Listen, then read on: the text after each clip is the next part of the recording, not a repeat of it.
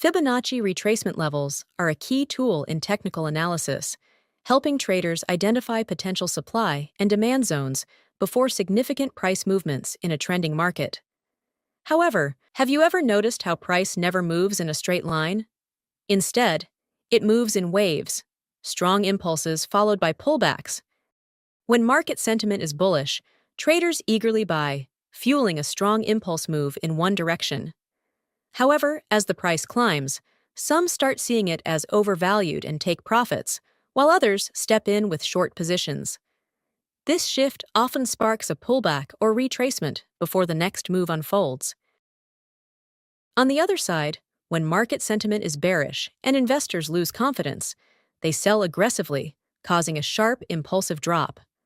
As the price declines, some traders may see it as oversold and start buying, leading to a retracement. Now, which retracement levels offer the highest probability for our trade entries, ensuring precise execution and maximizing risk-to-reward potential? During a pullback, the range is split into two zones: the premium zone above the 50% retracement and the discount zone below it. In a bullish market, entering in the premium zone increases the chance of getting stopped out, as the market often sweeps early buyers for liquidity. Instead, waiting for entries in the discount zone provides a higher probability setup with better risk management.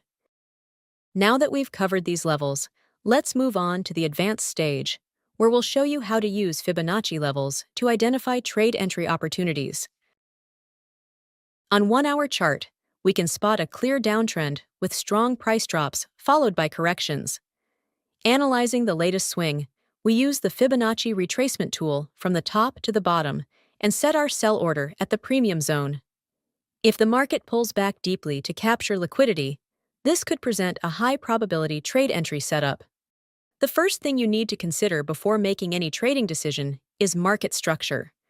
Understanding whether the market is in an uptrend, downtrend, or consolidation will help you align with the overall direction instead of taking random trades. If we take the 4-hour chart for the latest trade, we can see a high time frame demand zone below the price.